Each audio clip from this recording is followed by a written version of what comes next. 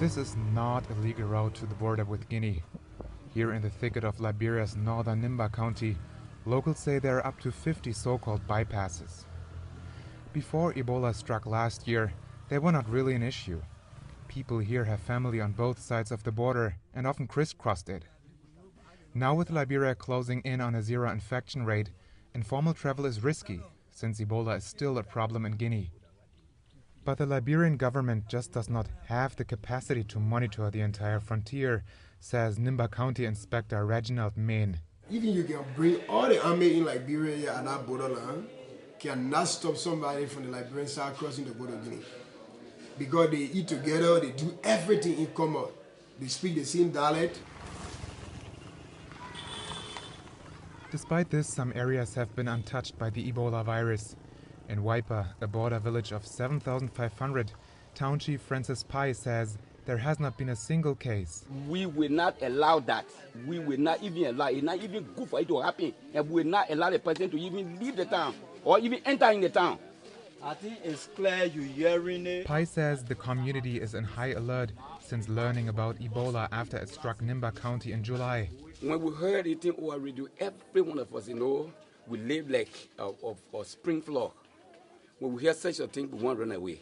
Then we go here, they say it's in Guinea or it's in Sierra Leone. Where do we go? We sit down here, worrying where to go and what to do. Financially stretched, the government could not reach all areas and relied on international help to educate Liberians. Funded by US aid, the American NGO Mercy Corps created a network of some 70 local groups that raise awareness across Liberia. Because they enlisted locals, the community was more likely to trust the message. John Alexander Nyan, executive director of CHESS, the local NGO that took the lead in Wiper, says working with the community is the best way to fight Ebola.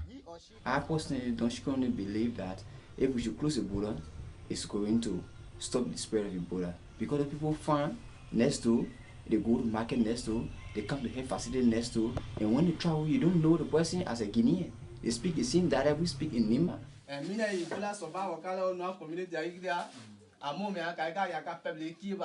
Young Liberians from within and outside Wiper inform residents about Ebola every day. They go door to door, answer questions, dispel concerns, and organize a group discussion once a month. And it seems to be working. A few weeks ago, a woman suffering from cancer sought help from a traditional healer in Guinea.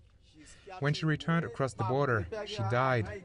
Alarmed Wiper residents called the authorities in case she had contracted Ebola. Vigilant, they hope, will keep the deadly virus at bay here until the Ebola threat in Guinea is no more. Benno Muchler for VOA News, Nimba County.